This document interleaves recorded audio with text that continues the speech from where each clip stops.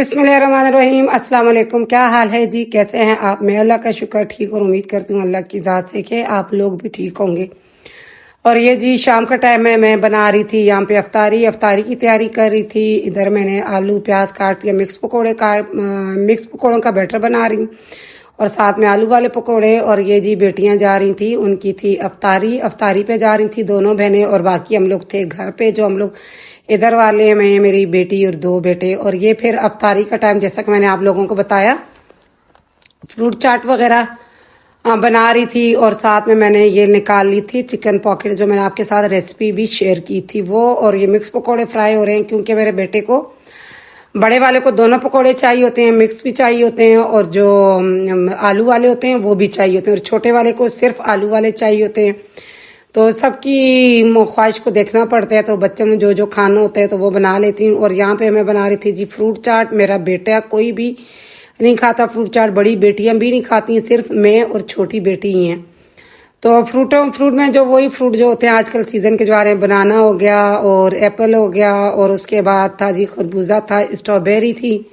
हाँ, यही चार फ्रूट थे, हाँ यही चीजें थी। तो ये मैंने कहा चलें, इसको वैसे तो फ्रूट खाए नहीं जाते, तो इस तरह फ्रूट चाट बनाएंगे तो खाई जाएगी। तो वो फिर मैंने उनको काट के बीच में थोड़ी सी चीनी डाली, थोड़ा सा टैंग डाला ऑरेंज फ्लेवर में, और उसके बाद उसमें थोड़ा सा मैंने चाट मसाला डाल दिया था।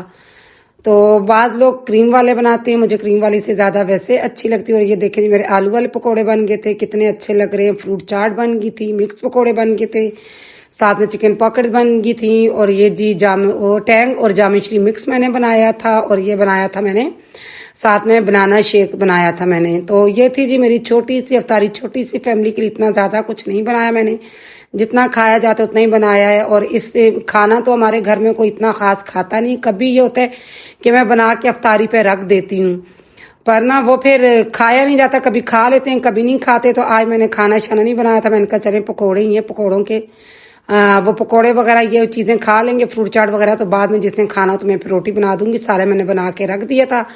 और नेक्स्ट डे पे हम लोग आगे मैंने लॉन्ड्री कर ली थी। सुबह में उठी थी, बच्चे सो रहे थे, वो मैंने कपड़े धो के बाहर डाल दिए। और बेटा उठ गया था छोटा वाला, क्योंकि वो छोटा आप लोगों को पता है, तो वो रोजा नहीं रखता। तो कभी वो रखता है, कभी नहीं रखता है। एक दिन उससे मैं रखवाती हूँ और एक दिन नहीं रखवाती। वो बच्चा ना छोटे, अभी उसने रखनी, तो उसको बहुत शौक है कि नहीं जी मुझे मम्मा रखना है, मुझे रखना है। रोज मुझे कहता है वो कि मुझे सहरी में उठाएगी, पर मैं नहीं उठाती। मैं कहती हूँ बच्चे इतना क्या पता रख सके, यानी वीकनेस भी हो जाती है। फिर मैं ये कह रही हूँ कि क्या पता थोड़ा कमजोर भी न हो जाए। तो इसलिए मैं कहती हूँ चले, अभी फर्ज नहीं, सारी उम्र आगे रोजे रखने ही है।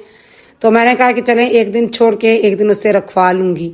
तो बस ये मैं उसके लिए बना रही थी, अंडा बना रही थी, साथ में बना लूंगी मैं पराठा। और माओ का यही होता है कि रोजा हो चाहे ना हो, बच्चों को तो हर हाल में देखना होता है। और ये बेटी आ गई थी साथ में भी, जो आपने देखा बेटी का हाथ, तो वो मेरे से बातें कर रही थी। तो बड़ा अच्छा लगता है जब बच्चे साथ में होते हैं, स्पेशली बेटियां जब आती हैं माँ के साथ किचन में।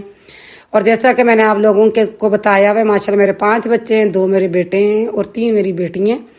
तो एक जो बेटी होती है, एक बेटी और 2 बेटे मेरे पास होते हैं। 2 बेटियां बाहर होती हैं अपने पापा के पास, स्टडी कर रही हैं वो वहां पे।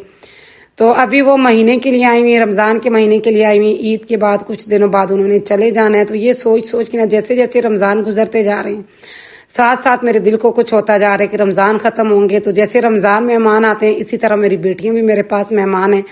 तो जब वो आती हैं तो आप यकीन करें घर की रौनक की ओर हो जाती है। इतना मजा आता है, इतना मजा आता है ना, बच्चियों के साथ हंसी मजाक करना। और वैसे भी कहते हैं माँ और बेटियां तो सहेली होती हैं, हर बात मेरे साथ शेयर करनी। कहीं फ्रेंड्स के साथ भी जाएंगी बाहर तो आके एक एक बात मुझे बताएंगी, मम्मा हमने यूं फन किया, ये बात की, ये खाया, ये पिया।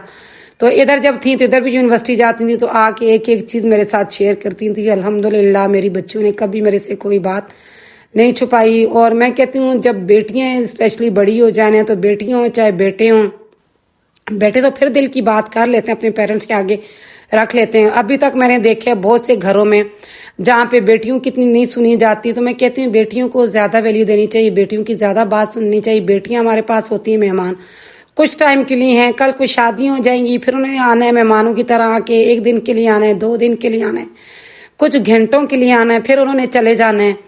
तो मैं कहती हूँ बेटियां जो होती हैं, बेटियां बहुत प्यारी होती हैं, बहुत प्यारी। आप यकीन करें, मैं कहती हूँ अल्लाह ने मुझे ना पहले 2 बेटियां दी, फिर बेटा दिया बड़ी मुश्किल से, पर मैं कहती हूँ जो बेटियों की बात है ना वो बेटों की, तो अल्लाह सब बेटियों के नसीब अच्छे करे। तो ये था जी मेरा आज का व्लॉग। मिलती हूँ आपसे नेक्स्ट व्लॉग में। Like and subscribe and share कर दीजिएगा। अल्लाह हाफिज।